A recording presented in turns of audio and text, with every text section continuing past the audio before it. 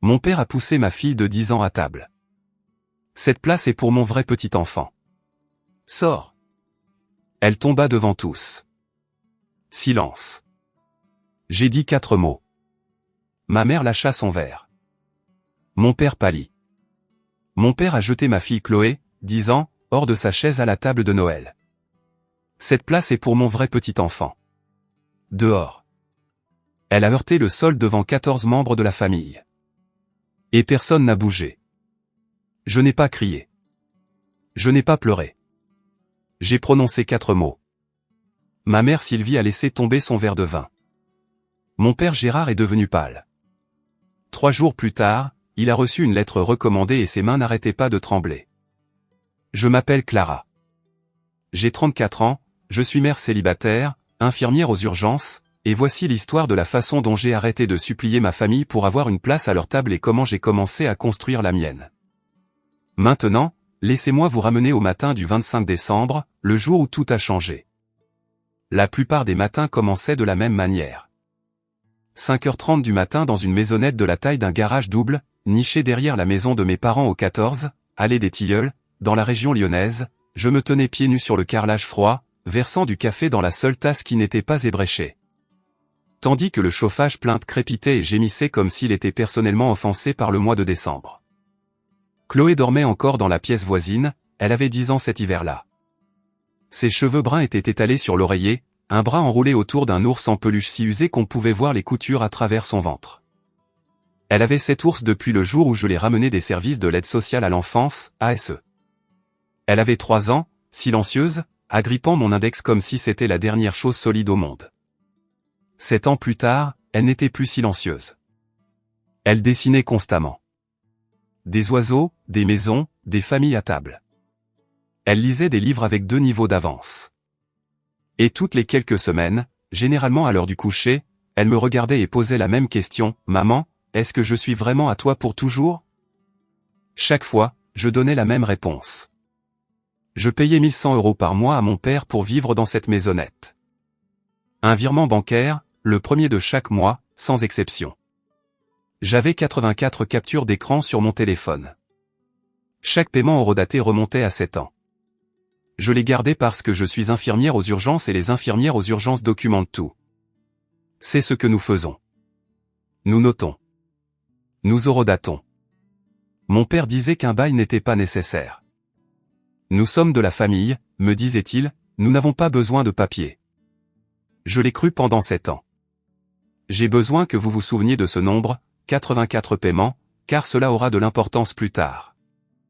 Noël chez les Lefebvre était une production, pas une fête, une production.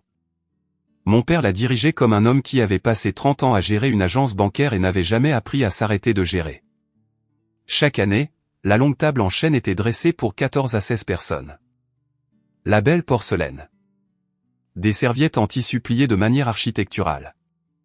Un plan de table non écrit mais absolu. Gérard Lefebvre en tête. Ma mère Sylvie à sa gauche. Ma sœur aînée Sophie à sa droite, avec sa fille Manon à côté d'elle. Assez près de grand-père pour qu'il puisse lui couper sa viande et raconter à tout le monde à quel point elle était douée. Manon avait 8 ans. Elle s'asseyait avec les adultes. Chloé et moi étions assises à l'extrémité près de la porte de la cuisine, là où le courant d'air passait et où l'on pouvait entendre le lave-vaisselle tourner. Chaque année. Si vous vous demandez si le placement était accidentel, il ne l'était pas. Rien de ce que faisait mon père n'était accidentel. 2 jours avant Noël, ma mère a appelé. Non pas pour demander ce que Chloé voulait comme cadeau, non pas pour vérifier si Chloé avait grandi par rapport à la robe de l'année dernière. Elle a appelé pour dire, ne laisse pas Chloé porter quelque chose de trop voyant. Sophie vient d'acheter une nouvelle robe pour Manon, et tu sais comment Manon réagit si elle n'est pas le centre d'attention. J'ai pressé ma langue contre l'arrière de mes dents et j'ai dit, bien sûr, maman. Cette nuit-là, j'ai choisi un simple pull rouge pour Chloé. Elle s'est regardée dans le miroir de la salle de bain, a lissé le devant avec ses 2 paumes et m'a demandé, maman, est-ce que je peux m'asseoir à côté de Manon cette année à la grande table ? Je lui ai dit que j'essaierais. J'aurais dû savoir à ce moment-là. Le plan de table ne concernait pas les chaises. Il s'agissait de savoir qui comptait. Et dans la maison de mon père, ma fille n'avait jamais compté. Le jour de Noël, 16h17. Le ciel avait pris la couleur du ciment mouillé, et une fine neige tombait, le genre qui ne colle pas, mais qui donne à tout l'air d'être à l'intérieur d'une boule à neige, jolie et scellée. Chloé portait un morceau de papier roulé dans ses deux mains, tenu devant elle comme un cierge lors d'une procession religieuse. Elle y avait travaillé pendant 2 semaines, une peinture sur papier aquarelle épais intitulée Notre Noël en famille. Chaque personne de la famille dessinait à la gouache vive. Grand-père, grand-mère, tante Sophie, Manon, même arrière-grand-mère Jeanne dans son fauteuil roulant. Tout le monde souriant, tout le monde à la même table. Elle voulait le donner à mon père avant le dîner. Il nous a rencontrés à la porte d'entrée. La couronne de pin sentait fort. La lumière du porche donnait à la neige un air doré. Mon père a regardé Chloé, puis l'a dépassée. La façon dont vous regardez au-delà d'un meuble que vous avez cessé de remarquer. Il lui a fait un bref signe de tête. Pas de câlin. Pas de joyeux Noël, Chloé. Puis Manon a couru derrière lui et tout l'homme a changé. Il s'est accroupi, les bras grands ouverts. Voilà ma fille. Regarde cette robe. Tu es une princesse. Il a tenu Manon pendant 10 bonnes secondes. J'ai compté. À l'intérieur, Sophie disposait les marque-places sur la table en chêne.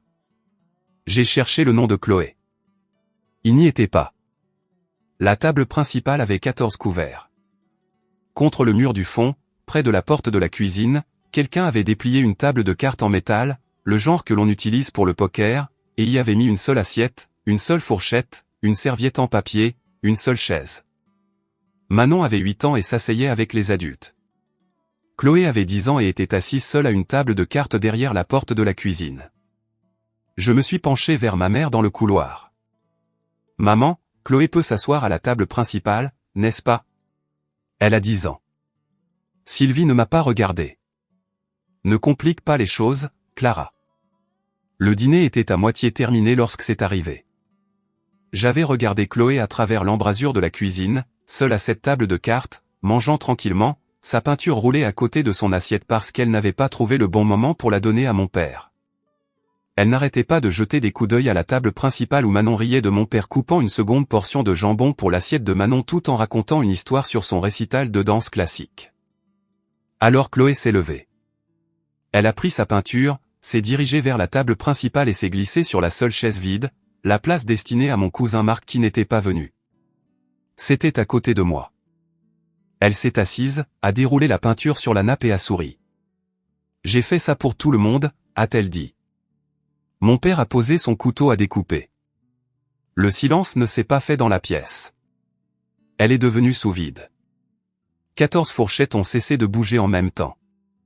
Il s'est levé, a contourné la table et s'est tenu au-dessus de ma fille. Cette place est pour la famille. Sa voix était neutre, informative, comme s'il lisait une politique bancaire. Elle fait partie de la famille, papa, ai-je dit. Il ne m'a pas regardé. Il a regardé Chloé. Cette place est pour mon vrai petit enfant. Dehors. Sa main s'est refermée sur l'épaule du pull rouge de Chloé. Il a tiré. Pas un coup de poing, pas une gifle, un coup sec, délibéré, comme on tire un chien d'un canapé. Le corps de Chloé s'est tordu. Les pieds de la chaise ont grincé. Elle est tombée du siège de côté et a heurté le parquet avec un bruit que j'entendrai pour le reste de ma vie. La peinture a atterri face contre terre à côté d'elle. 5 secondes de silence. Je les ai comptées de la même manière que je compte les secondes entre un accident et un code rouge aux urgences. 5 secondes complètes. 14 adultes. Personne ne s'est levé. Sylvie a regardé son assiette. Sophie a coupé un morceau de jambon. Chloé n'a pas crié. Elle m'a regardé du sol, les yeux écarquillés, et a chuchoté un seul mot, maman. Je ne me souviens pas de m'être levé. Je me souviens d'être debout. Je me souviens de la sensation de la serviette quittant mes genoux, du grincement de ma chaise, et puis j'étais déjà en mouvement. Je n'ai pas crié. Je n'ai pas bondi. 7 ans de formation aux urgences vous font ça. Quand le pire se produit dans la pièce, vous ne criez pas. Vous agissez. Vos mains deviennent stables. Votre voix baisse. Je me suis accroupi, j'ai glissé mes bras sous Chloé et je l'ai soulevée. Elle tremblait, de petits tremblements rapides, comme un enfant qui ne comprend pas ce qui vient de se passer, mais que son corps comprend. Je l'ai serré contre ma poitrine, une main sur l'arrière de sa tête. Puis j'ai regardé mon père. Il était toujours debout. Sa main était encore à moitié levée, les doigts ouverts, comme si le fantôme du pull de Chloé était toujours dans sa poigne. J'ai dit 4 mots. C'est fini pour nous. Derrière moi, j'ai entendu un claquement sec. Du verre sur du bois. Le verre de vin de ma mère avait glissé de sa main sur la table. Le vin rouge s'est étalé sur la nappe blanche comme une tache d'encre. Le visage de mon père est devenu de la couleur de la neige à l'extérieur. J'ai ramassé la peinture de Chloé par terre, j'ai pris nos manteaux dans le placard du couloir et je suis sorti par la porte d'entrée. Personne ne nous a suivis. La neige s'était intensifiée. Elle collait aux cils de Chloé. Elle a chuchoté dans mon cou, on rentre à la maison. On rentre chez nous, ai-je dit. Dans la voiture, le moteur tournant, le chauffage à fond, j'ai remonté l'arrière du pull de Chloé. Une marque rouge, s'assombrissant déjà, courait sur le bas de son dos là où elle avait heurté le pied de la chaise en tombant. J'ai pris 3 photos. Horodatage 25 décembre, 19h42. Puis je me suis assise dans l'allée de notre maisonnette pendant 10 minutes complètes, le moteur au ralenti, la neige s'accumulant sur le pare-brise, et j'ai pris 3 décisions qui allaient tout changer. À 21h ce soir-là, mon téléphone était devenu une arme pointée sur moi. 11 appels manqués, 23 messages textes. J'ai lu chacun d'eux et j'ai pris une capture d'écran de chacun d'eux parce que c'est ce que vous faites lorsque la manipulation mentale commence. Vous enregistrez les preuves avant que quelqu'un ne vous dise que cela n'est jamais arrivé. Ma mère Sylvie, tu as ruiné Noël. Ton père l'a à peine touché. Elle dramatise et toi aussi. Sophie, Chloé a glissé toute seule de la chaise. J'ai tout vu. Arrête de déformer ça en quelque chose que ça n'était pas. Ma tante Nicole, Gérard ne voulait pas dire ça. Il est sous beaucoup de stress. Reviens demain et excuse-toi. Sois la personne la plus raisonnable. 23 messages. Aucun d'eux ne demandait si Chloé allait bien. J'ai posé le téléphone face contre terre sur le comptoir de la cuisine et j'ai fait couler un bain pour Chloé. Je me suis assise sur le couvercle des toilettes fermées et je lui ai lu 2 chapitres de son livre pendant que la salle de bain se remplissait de vapeur et de l'odeur du savon à la lavande qu'elle aimait. Elle était silencieuse, pas le silence effrayé du sol, un silence pensif. À l'heure du coucher, elle m'a regardé de son oreiller et a dit « Est-ce que papy est fâché parce que je ne suis pas vraiment à lui ?» J'ai brossé ses cheveux de son front. « Tu es vraiment à moi. C'est ça qui compte. » Elle s'est endormie en tenant l'ours usé à 2 bras. Je suis allé à la table de la cuisine, j'ai ouvert mon ordinateur portable et j'ai créé un document Google. Titre, Journal d'incident. Famille Lefebvre. Je suis resté assise jusqu'à 1h du matin, tapant chaque incident dont je pouvais me souvenir des 7 dernières années. Date, citation, qui était présent, chose dite à Chloé, chose dite à propos de Chloé quand elle était dans la pièce voisine. 7 ans de notes organisées par année. Je n'ai répondu à aucun message cette nuit-là. J'avais des preuves. C'était suffisant. 26 décembre, 8h14. Chloé dormait encore quand on a frappé. Pas un coup poli, la paume de la main contre la porte de la maisonnette, assez fort pour faire trembler la chaîne de sécurité. Je savais qui c'était avant de regarder par le Judas. Mon père se tenait sur le pas de la porte dans son bon par-dessus, son souffle s'envolant dans le froid. Pas de plat de gratin, pas de visage d'excuse. J'ai ouvert la porte de 15 cm et j'ai gardé mon corps entre lui et le couloir menant à la chambre de Chloé. Il n'a pas dit bonjour. Tu m'as embarrassé devant ma famille. Sa voix était la même que celle qu'il utilisait avec les caissiers qui s'étaient trompés dans le compte, contrôlée, sèche, mais avec un courant sous-jacent. Cette fille doit apprendre sa place. Et toi aussi. Elle s'appelle Chloé. J'ai dit qu'elle est ta petite fille, et tu as poussé un enfant. Je l'ai à peine touchée. Il s'est penché en avant. Elle n'est même pas de notre sang, Clara. Elle ne. Cette conversation est terminée. Ne reviens pas à cette porte tant que tu n'es pas prêt à t'excuser auprès de Chloé. J'ai fermé la porte. Verrou, chaîne. Il a frappé à nouveau, plus fort. Puis sa voix a traversé le bois. La façon dont le son traverse les murs d'hôpital à 3 heures du matin. Étouffé mais indéniable. C'est ma propriété. Je peux venir quand je veux sur ma propre propriété. J'ai sorti mon téléphone, j'ai ouvert les mémos vocaux et je l'ai tenu à 15 cm de la porte. Il a continué pendant 47 secondes. 47 secondes de ma propriété, ma maison, pas de notre sang et ingrate. Je suis resté là, mon téléphone stable, comptant les secondes lentement comme je compte les compressions pendant un code. Horodatage. 26 décembre, 10h14. Il l'a appelé sa propriété. Je l'avais enregistré. Et quelque part au fond de mon esprit, une question que je n'avais jamais pensé à poser commençait à se former. À qui appartenait vraiment cette propriété? J'ai besoin que vous compreniez. Noël n'était pas la première fois.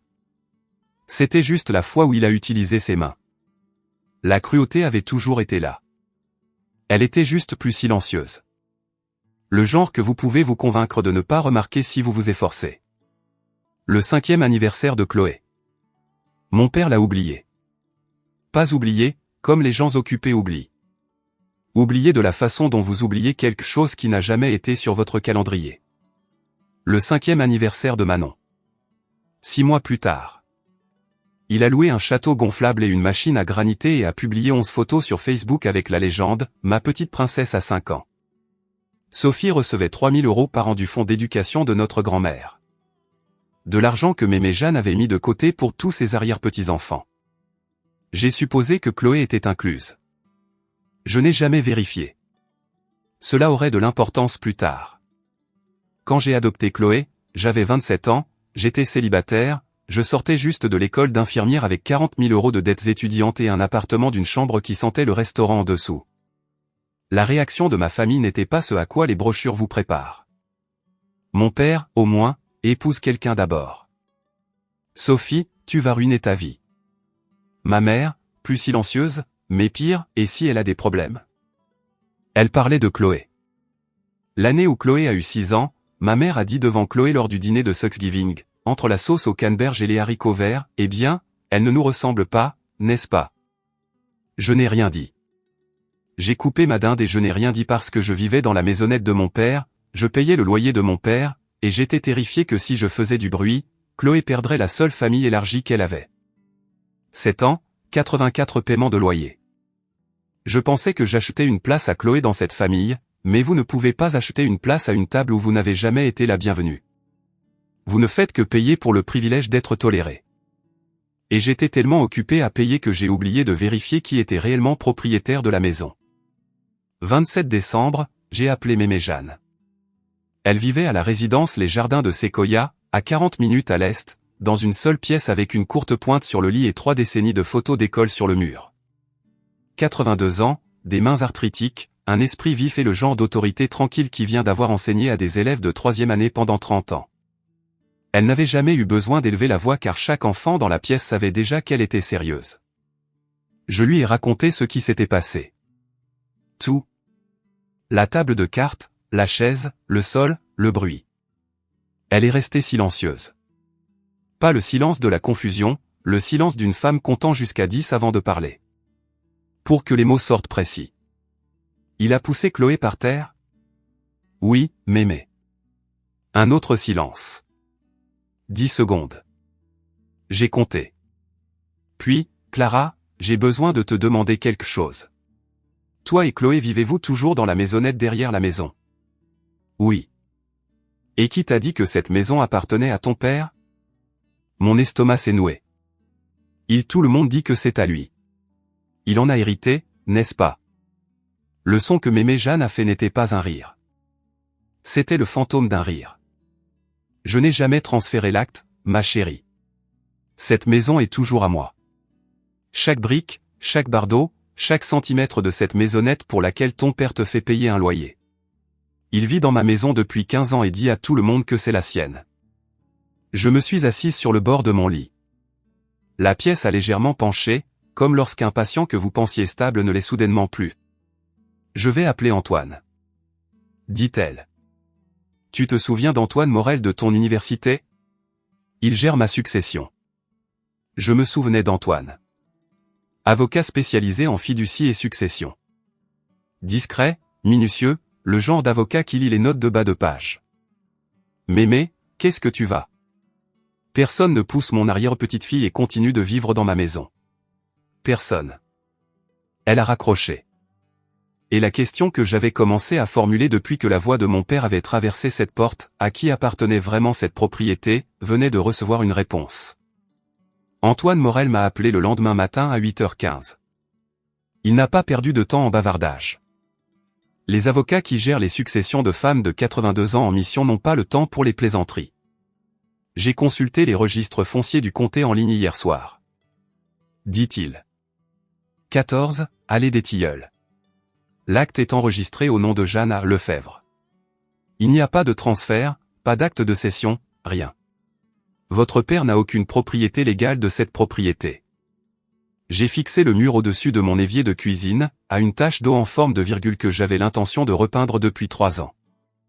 Il a été un occupant, a poursuivi Antoine, essentiellement un locataire sans bail. Et puisqu'il vous a fait croire que la maisonnette était sa propriété et a perçu un loyer de votre part, nous avons une situation. Quel genre de situation? Enrichissement sans cause.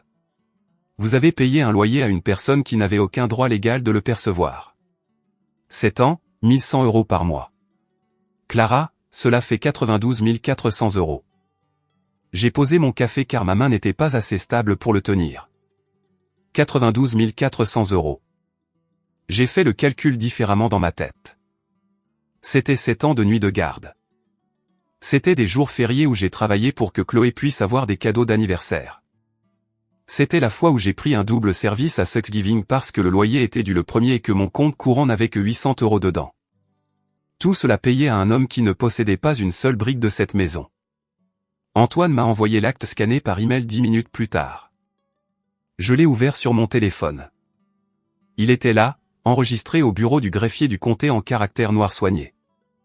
Jeanne Lefebvre, clair, permanent, indéniable. Je l'ai sauvegardé à 3 endroits. J'étais une infirmière aux urgences. Je documentais tout. Et je ne faisais que commencer. L'acte était la première fissure. La fiducie était le canyon. Antoine a rappelé cet après-midi-là. Il avait demandé les relevés de compte de la banque qui détenait le fonds d'éducation de Mémé Jeanne, une fiducie révocable qu'elle avait créée en 2016, financée avec 120 000 €, désignée pour le bénéfice éducatif de tous les arrière-petits-enfants de Jeanne Lefebvre. Elle avait nommé mon père comme fiduciaire parce qu'il était, selon ses mots, bon avec l'argent. Je pouvais entendre Antoine tourner les pages. Le solde initial était de 120 000 €, dit-il. Le solde actuel est de 11 340 €. J'ai éloigné le téléphone de mon oreille et je l'ai regardé. La façon dont vous regardez une machine qui vient de vous donner une lecture à laquelle vous ne faites pas confiance. Où est passé le reste? 14 retraits entre 2019 et 2024. Chacun d'eux est codé comme dépenses éducatives. Manon Thorntonnet. Il a fait une pause. Clara, Manon fréquente une école publique. Il n'y a pas de frais de scolarité. 18 660 € retirés au nom de la fille de Sophie pour une éducation qui était gratuite. J'ai pensé à la rénovation de la cuisine de Sophie il y a 2 ans, au voyage aux Maldives, aux sacs de créateurs qui sont apparus dans ses stories Instagram avec des légendes comme « Faites-vous plaisir » et « Parce que je le mérite ». Et Chloé, ai-je demandé. Il n'y a pas un seul retrait au nom de Chloé. Une autre pause, plus longue cette fois. En fait, Chloé n'est pas répertoriée comme bénéficiaire du tout. La fiducie dit tous les arrière-petits-enfants. Mais votre père en tant que fiduciaire ne l'a jamais ajouté. Il avait le devoir administratif de l'inclure. Il a choisi de ne pas le faire. 18 660 € envolés. Et le nom de ma fille n'était nulle part dans le document. Non pas parce qu'elle n'était pas éligible, mais parce que mon père s'en était assuré. J'ai fermé les yeux, j'ai respiré, et pour la première fois depuis Noël, j'ai ressenti quelque chose de plus froid que la colère. Antoine a organisé une conversation à 3 ce soir-là, moi, lui et Mémé Jeanne. Je me suis assise à la table de la cuisine avec l'ordinateur portable ouvert et la porte de Chloé fermée, le son de son livre audio jouant doucement dans le couloir, un livre sur une fille qui se lie d'amitié avec un dragon, le genre d'histoire où les choses finissent bien. Antoine a expliqué tout à Mémé Jeanne. L'acte, le loyer, la fiducie, les 14 retraits, le bénéficiaire manquant. Il parlait comme il le faisait toujours, neutre, précis, comme s'il lisait un rapport de laboratoire. Quand il a fini, Mémé Jeanne est restée silencieuse. J'ai regardé l'horloge sur le micro-ondes. 15 secondes. Je comptais à nouveau. Aux urgences, vous apprenez que le silence peut signifier deux choses, un patient en train de s'effondrer ou un patient décidant de se battre. Puis elle a parlé et sa voix était si calme qu'elle aurait pu givrer du verre. Antoine, j'ai besoin que 3 choses soient faites avant le nouvel an. Premièrement, geler la fiducie aujourd'hui. Plus aucun retrait par qui que ce soit. Deuxièmement, je veux une reddition de compte complète de Gérard. Chaque euro, chaque reçu, il a 30 jours. Troisièmement, préparer un amendement. Le seul bénéficiaire de la fiducie d'éducation à compter de maintenant est Chloé-Marie Lefebvre. Antoine a dit, oui, Mémé. Et la maison? Ils vivent dans ma maison depuis 15 ans sans me payer un centime et font payer un loyer à ma petite fille. Sa voix n'a pas tremblé. Elle s'est aiguisée. Donnez-leur un avis de 30 jours pour quitter les lieux. Courrier recommandé. J'ai commencé à dire quelque chose. Mémé, tu es sûre? Maman va.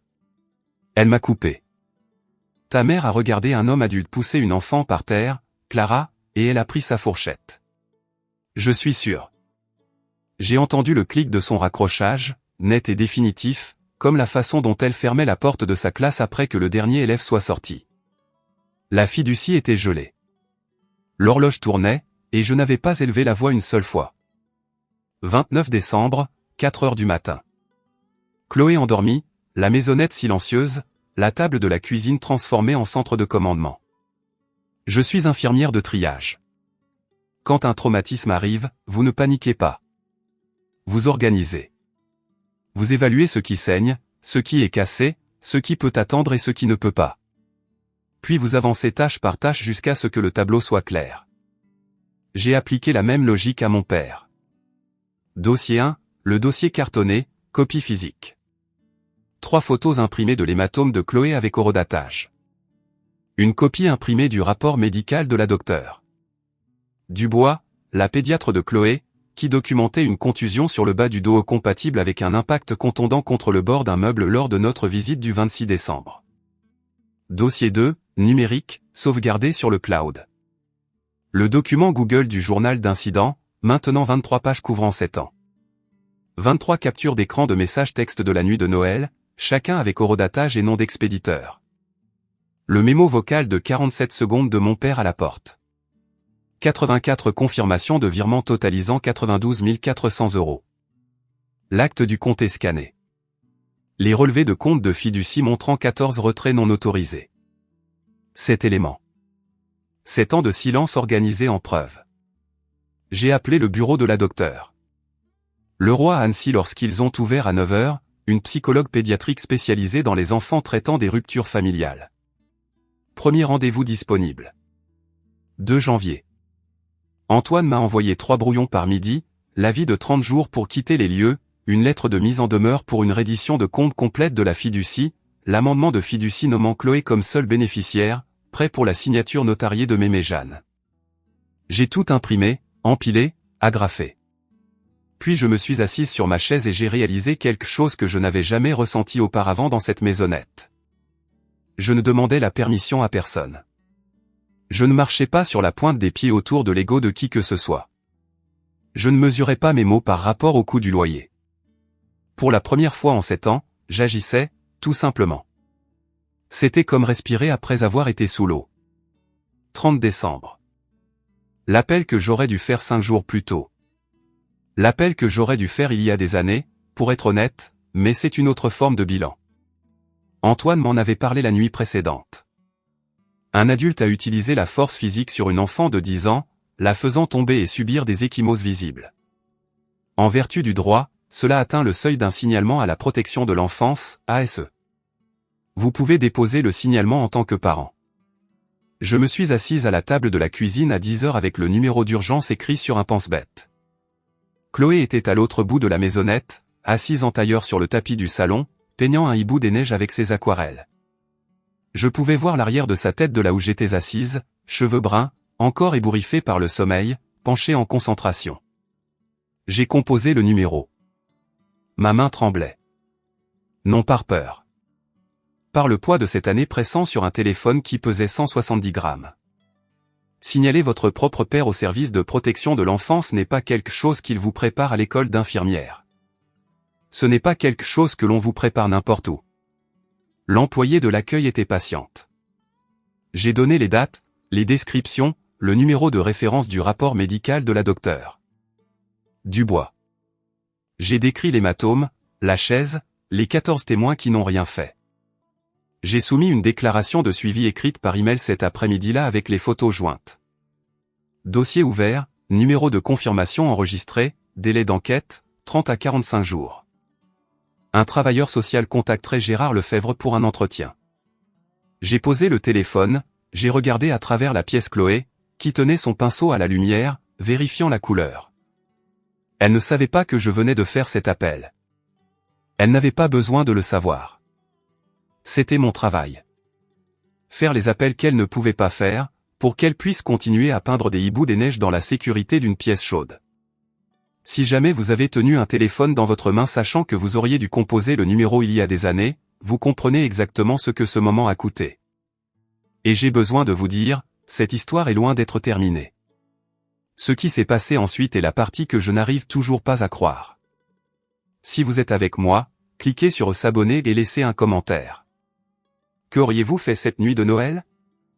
Continuons. Le réveillon du Nouvel An.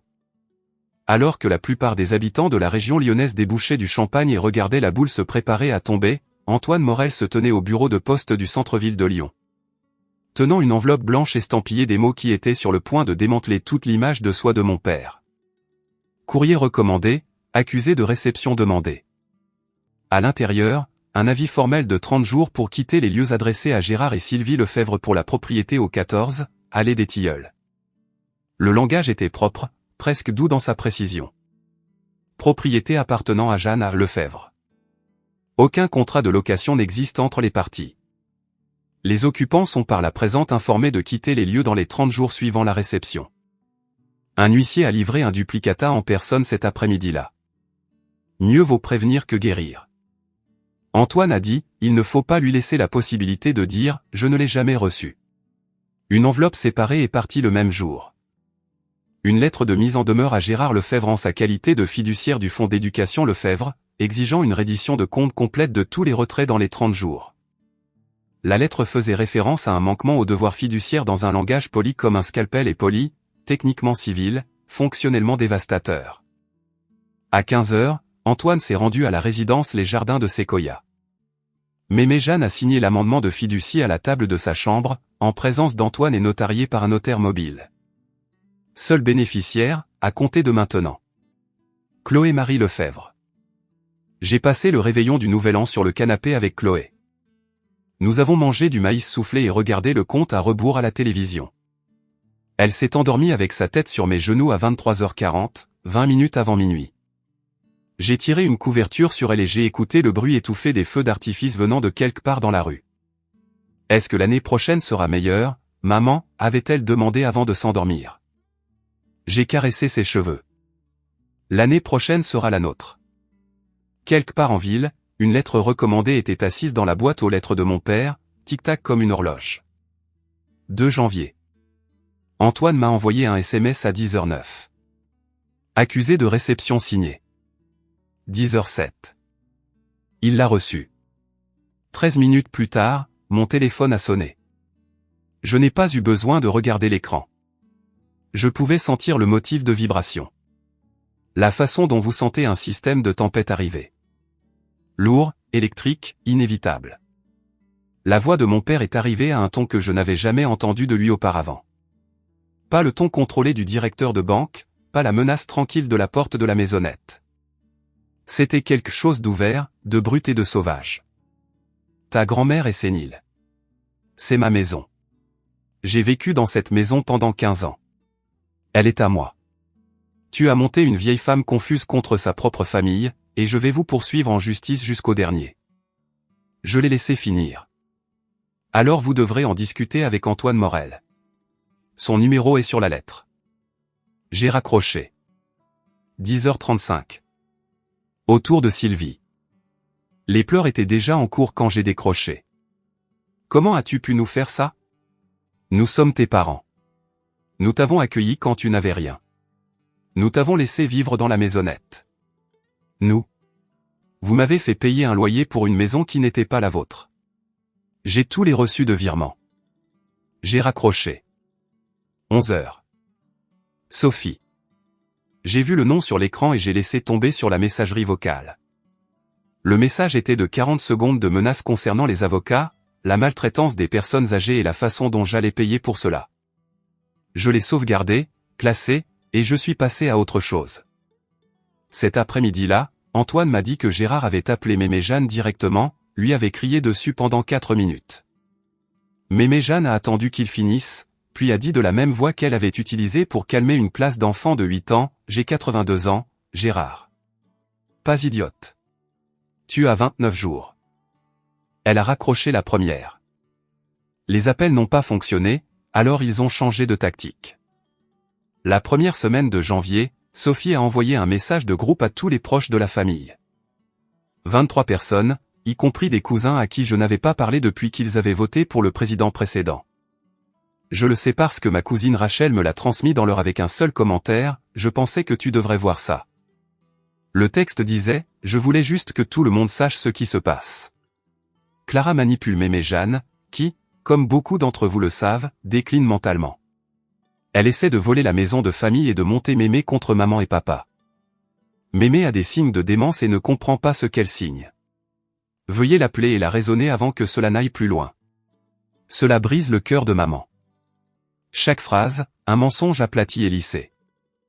La façon dont vous repassez un pli dans une chemise que vous voulez avoir l'air respectable. J'ai pris une capture d'écran, je l'ai classée. Puis ma tante Nicole a appelé. Nicole, qui m'avait envoyé un message le soir de Noël pour dire que Gérard ne le pensait pas, d'être la personne la plus raisonnable. Sa voix était prudente maintenant. Testant. Clara, est-ce vrai que tu essaies de mettre tes parents à la porte de leur maison? Ce n'est pas leur maison, tante Nicole. C'est celle de Mémé Jeanne. Papa a menti et il a poussé Chloé. Gérard ne ferait jamais ça. J'ai un enregistrement. Silence. Et ensuite, je lui ai envoyé le mémo vocal de 47 secondes, celui avec ma propriété et pas de notre sang et ingrate. Je n'ai rien dit d'autre. Je l'ai juste envoyé et j'ai attendu. 3 minutes plus tard, Nicole a répondu par 2 mots. Oh mon Dieu.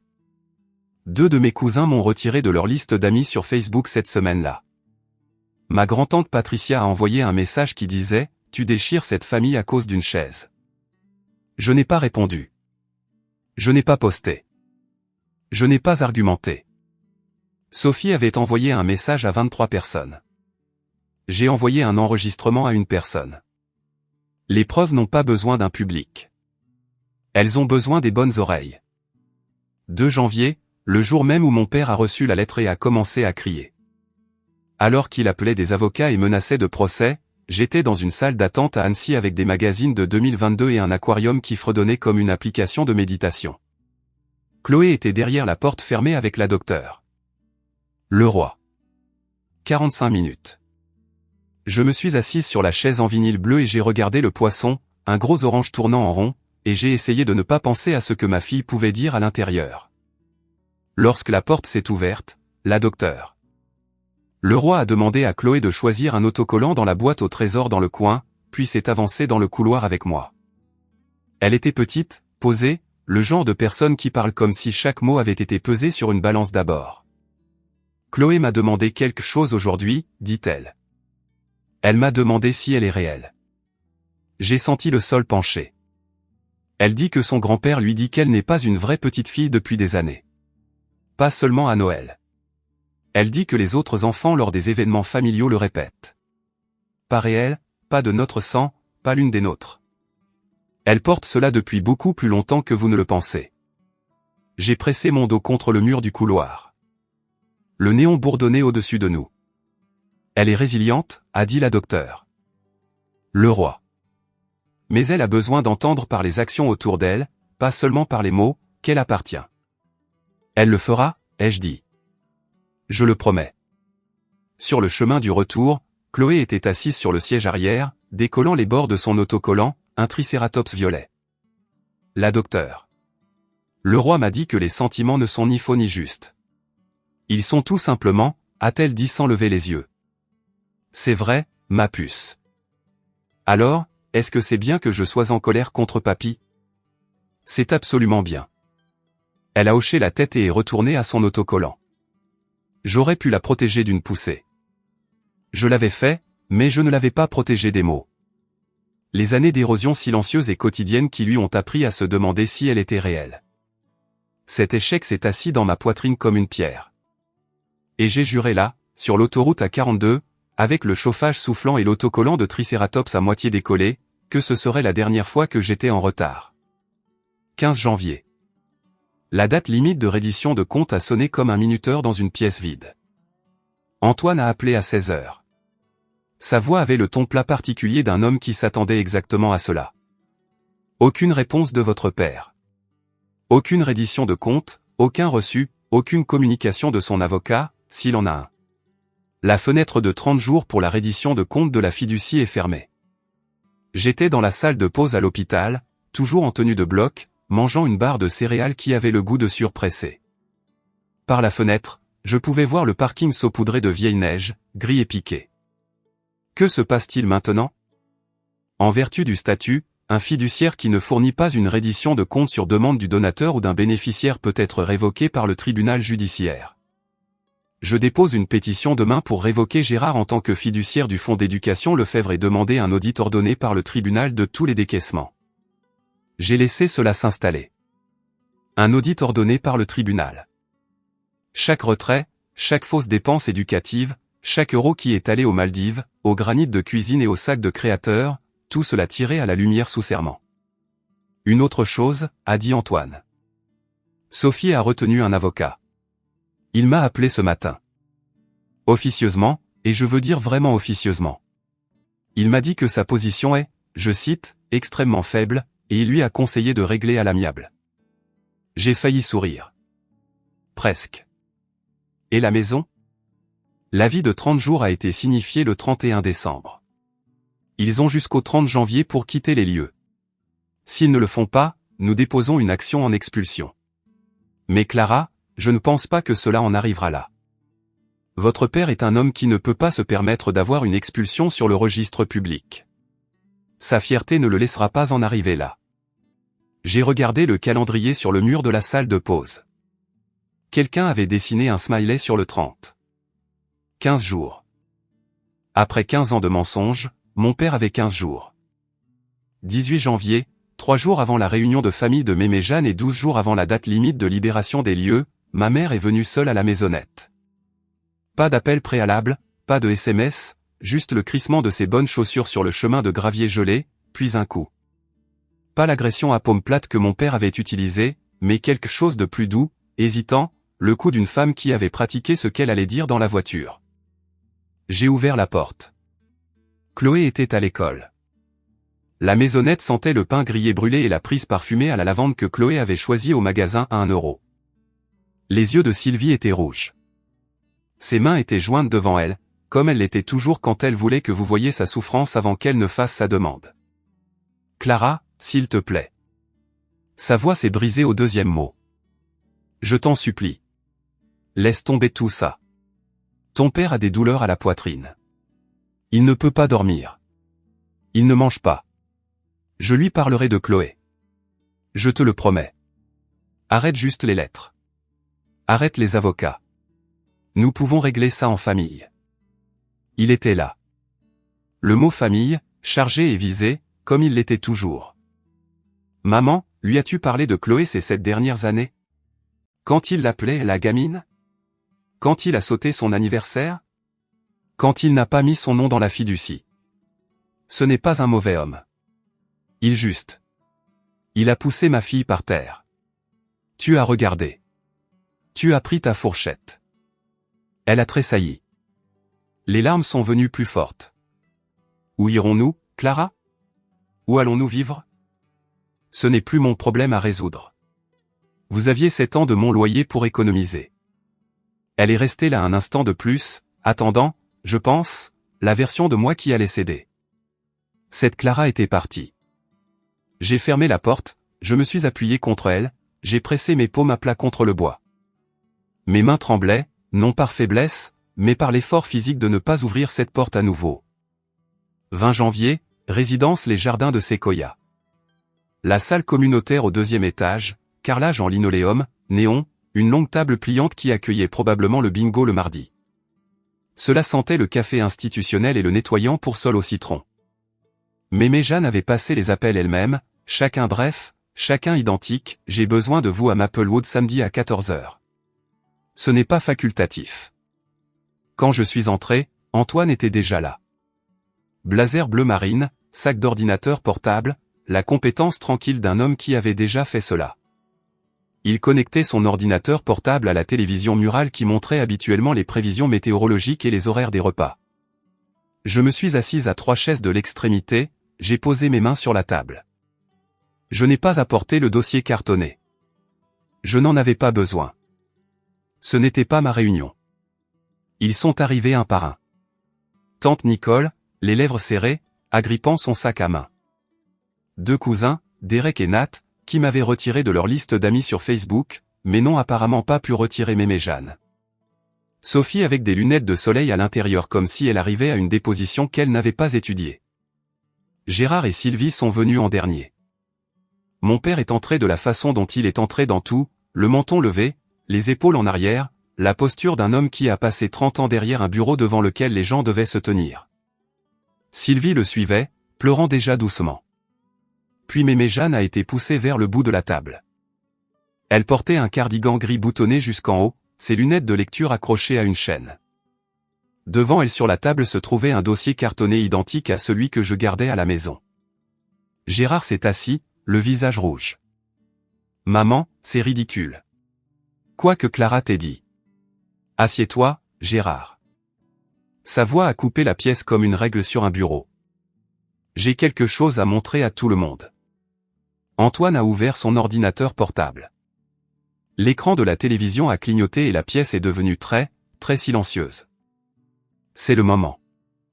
Tout ce que Clara a documenté, chaque capture d'écran, chaque reçu, chaque enregistrement qu'elle a classé au lieu de riposter, tout mène droit ici, dans cette pièce. Si vous êtes sur le bord de votre siège, cliquez sur le bouton j'aime et dites-moi dans les commentaires. Pensez-vous que Gérard va enfin faire face à ce qu'il a fait? Restez avec moi. Mémé Jeanne a parlé de la façon dont elle enseignait, lentement, clairement, avec la patience de quelqu'un qui sait que la classe ne va pas aimer la leçon. Il y a 15 ans, j'ai permis à Gérard et Sylvie de s'installer dans ma maison, allée des Tilleuls. C'était une gentillesse, pas un transfert. Elle a fait un signe de tête à Antoine. Il a placé une feuille imprimée devant chaque personne à table. Ceci est le registre foncier du comté pour le 14, allée des Tilleuls. Le propriétaire aujourd'hui, comme il l'est depuis 1987, est Jeanne Lefebvre. Moi. La mâchoire de Gérard a bougé, mais rien n'est sorti. La couleur quittait son visage comme la chaleur quitte une pièce quand vous ouvrez une fenêtre en janvier.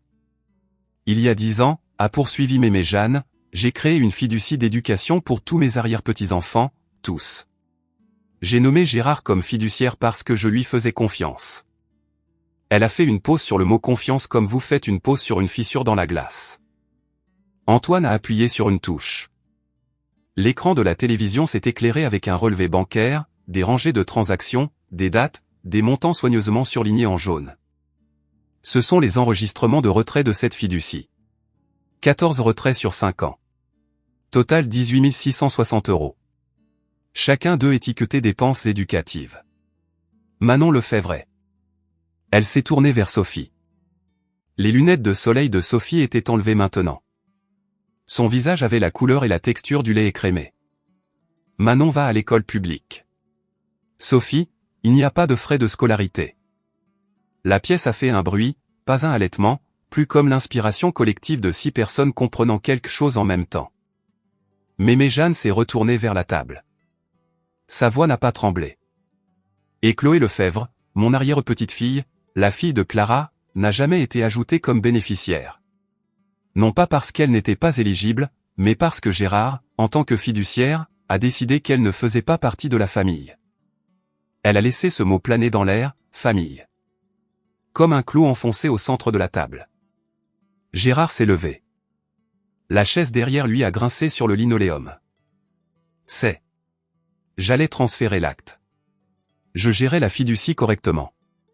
Sophie avait besoin d'argent pour l'enrichissement de Manon, et j'ai pris une décision en tant que fiduciaire. Et montrez-moi un seul reçu de frais de scolarité, a dit Mémé Jeanne. La pièce a retenu son souffle. Montrez-moi une seule facture, une seule lettre d'inscription, une seule ligne qui prouve que 18 660 € sont allés à l'éducation de cet enfant. Rien. La bouche de Gérard s'est ouverte et fermée. Il a regardé Sophie. Sophie a regardé ses mains. Maman. Sophie a commencé. Dis-lui. C'était pour des activités et du tutorat et des programmes d'enrichissement. Sylvie n'a rien dit. Elle a regardé les mains jointes sur ses genoux de la même manière qu'elle avait regardé son assiette la nuit de Noël.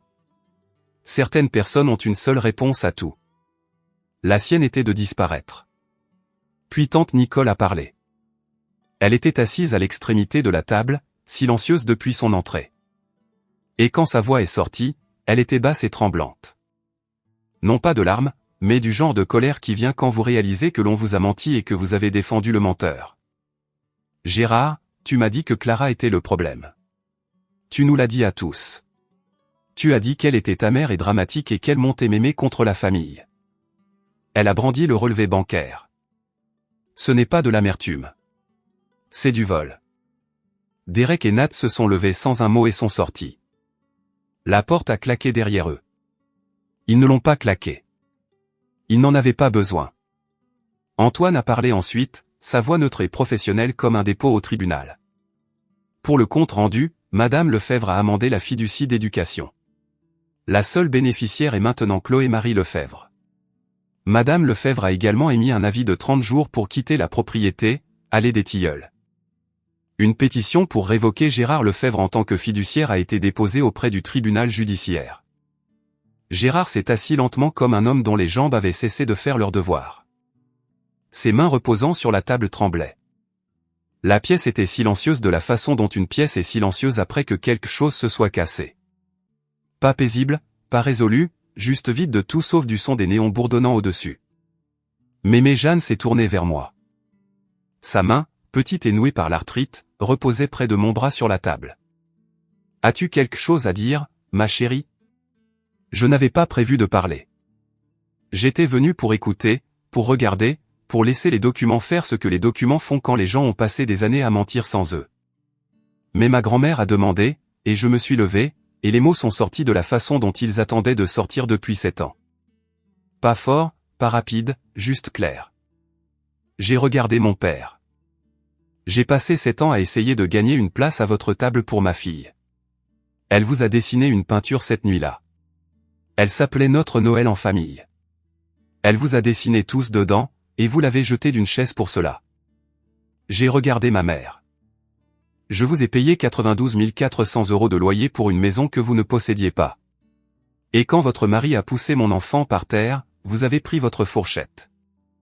J'ai regardé Sophie. Tu as pris 18 660 € qui étaient destinés à l'éducation de ma fille.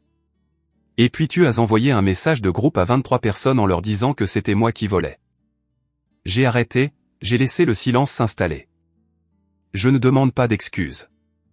J'ai arrêté d'en attendre il y a longtemps. J'ai regardé mon père une dernière fois. Je ne négocie pas avec des gens qui poussent des enfants. Chloé et moi, c'est fini. Je me suis assise. Sous la table, la main de Mémé Jeanne a trouvé la mienne. Elle a serré une fois, ferme, délibérée, la poigne d'une femme qui avait élevé 2 générations et n'avait pas encore fini. Personne dans cette pièce n'a dit un mot. Les 10 jours suivants se sont déroulés avec la certitude lente et grinçante du travail de paperasse. 30 janvier, jour de libération des lieux. Antoine l'a confirmé par SMS à 18 h. Ils sont partis, confirmé avec le voisin. Camion de déménagement parti à 16 h. Gérard et Sylvie ont déménagé dans un appartement de 2 chambres à Villeurbanne. 1800 € par mois. Le premier chèque de loyer que l'un d'eux avait écrit en 15 ans. Mon père n'a pas résisté. Antoine avait raison. Gérard Lefebvre était un homme qui avait passé sa vie à construire une image, et un dossier d'expulsion sur le registre public l'aurait fissuré comme un marteau à travers une fenêtre. Il est parti tranquillement. C'était la plus grande dignité qu'il ait montrée depuis des mois. La deuxième semaine de février, le tribunal judiciaire a accordé la pétition pour révoquer Gérard en tant que fiduciaire. L'ordonnance du juge faisait 3 pages et incluait la phrase manquement à l'exécution des devoirs fiduciaires. Antoine Morel a été nommé fiduciaire successeur par Mémé-Jeanne. Solde de la fiducie au moment du transfert, 11 340 € plus un dépôt de 40 000 € provenant des économies personnelles de Mémé-Jeanne. Le fonds d'éducation de Chloé, 51 340 €. Son nom enfin sur la première page. La 3e semaine de février. L'enquête de la SEC conclut. Conclusion indiquée. Le rapport de la travailleuse sociale a documenté le contact physique, l'hématome, le rapport médical et les 14 témoins qui n'ont rien fait. Gérard a été mandaté pour suivre un programme de gestion de la colère. Le non-respect pourrait entraîner une ordonnance de contact restreint. Antoine a envoyé une demande finale à mon père. Remboursement de 14 200 €, 12 mois de loyer, le maximum recouvrable en vertu de l'accord de règlement que Mémé-Jeanne a accepté pour y mettre fin proprement. Gérard avait 60 jours. Le chèque de banque est arrivé en 43 jours, 14 200 €. Cela ne remplacerait pas ce que ces années ont coûté, mais cela mettrait 6 mois de loyer dans un compte d'épargne au nom de Chloé. Sophie a tenu plus longtemps que mon père, mais les preuves ne se soucient pas de l'entêtement. La première semaine de mars, Antoine, en sa qualité de fiduciaire successeur, a envoyé une demande formelle à Sophie Lefebvre, remboursement de 18 660 € de retrait de fiducie non autorisé. La lettre décrivait 2 options. Option 1, remboursement intégral selon un calendrier convenu. Option 2, un procès civil intenté par la fiducie pour manquement au devoir fiduciaire avec Gérard nommé comme codéfendeur pour avoir autorisé les décaissements et potentiellement un signalement de fraude pour avoir fait passer des dépenses personnelles pour des frais d'éducation. L'avocat de Sophie a appelé Antoine dans les 48 heures. Ils ont réglé à la mi-mars. 60 000 € payables à 2 500 € par mois sur 24 mois. Ce n'était pas le montant total, mais Mémé-Jeanne l'a approuvé. Je veux que l'argent revienne à Chloé. Elle a dit à Antoine, je ne veux pas de guerre. Les guerres sont chères et elles cassent les choses que vous essayez de sauver.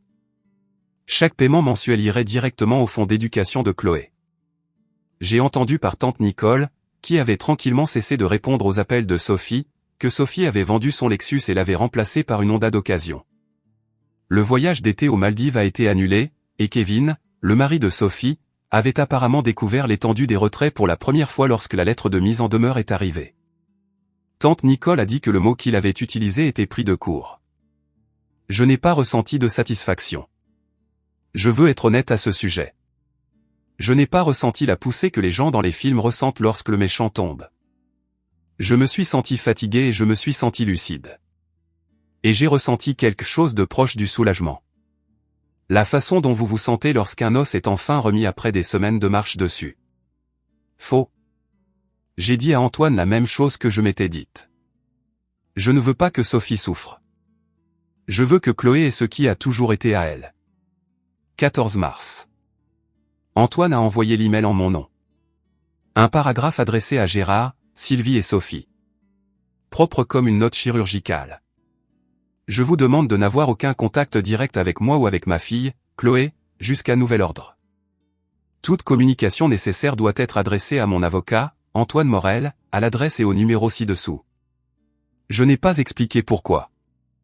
Je n'ai pas énuméré de griefs. Je n'ai pas laissé la porte ouverte avec des phrases comme peut-être un jour ou quand nous serons tous prêts. J'ai juste tracé la ligne et je me suis tenu derrière elle.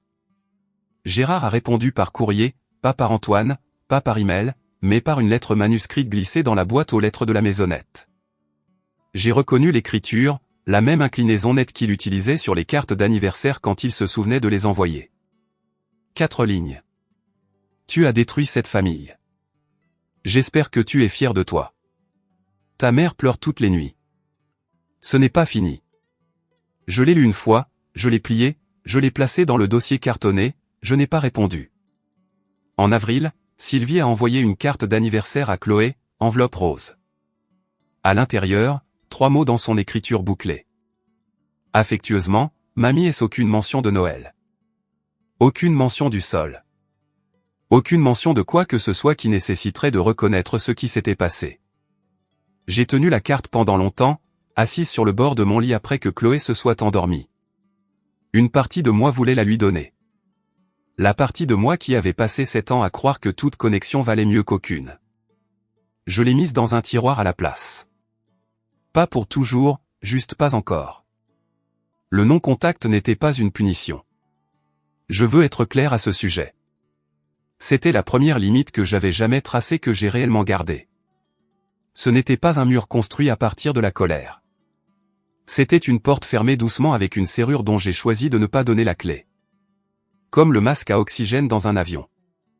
Vous mettez le vôtre d'abord pour pouvoir respirer assez longtemps pour aider la personne à côté de vous. Mais la région lyonnaise en met sans la boue et l'herbe coupée et la douceur particulière des fleurs de pommier s'ouvrant le long des clôtures sur l'allée des Tilleuls.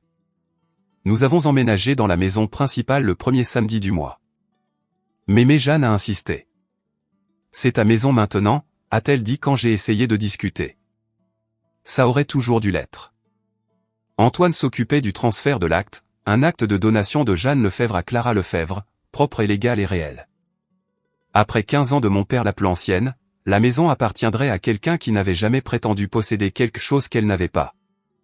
Chloé a choisi la chambre à l'étage avec la fenêtre donnant sur le jardin arrière. Elle est restée dans l'embrasure de la porte pendant une minute complète, juste à regarder.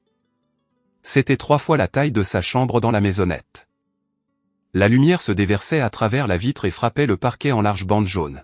« C'est à moi », a-t-elle dit.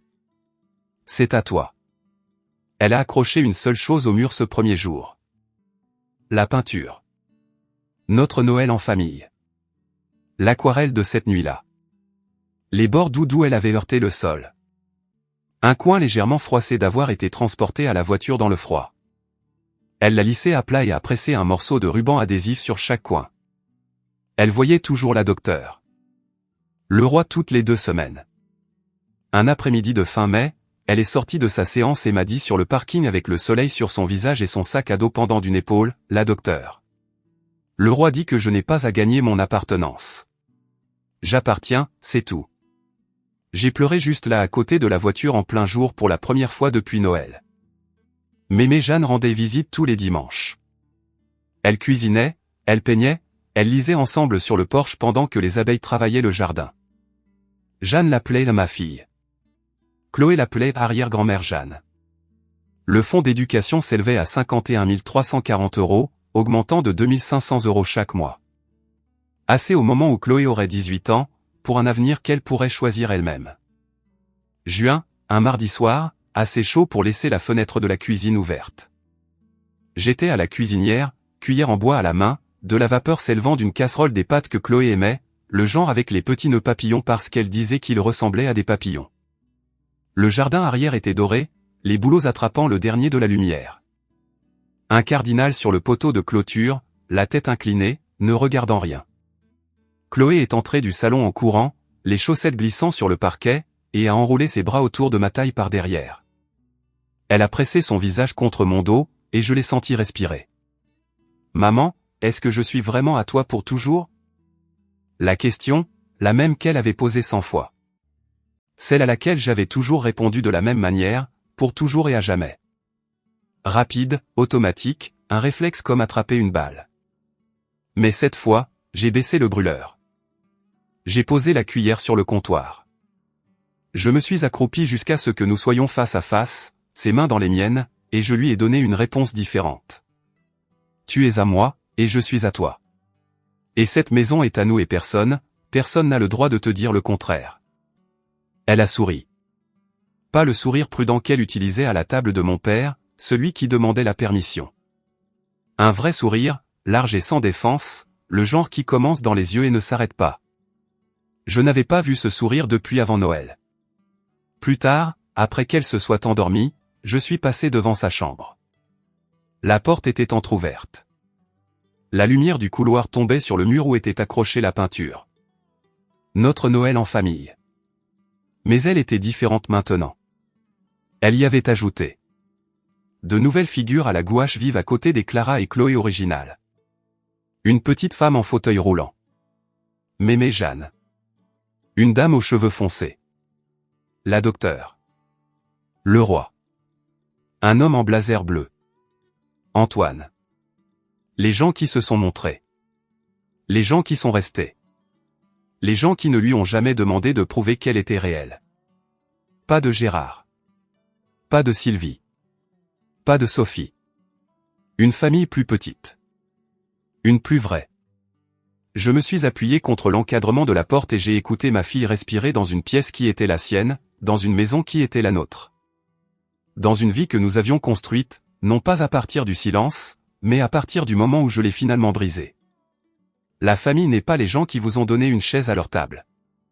Ce sont les gens qui ne vous enlèveraient jamais la vôtre. C'est mon histoire. La mienne est celle de Chloé. Si vous avez déjà eu à choisir entre garder la paix et assurer la sécurité de votre enfant, j'espère que cela vous a donné la permission de choisir votre enfant à chaque fois.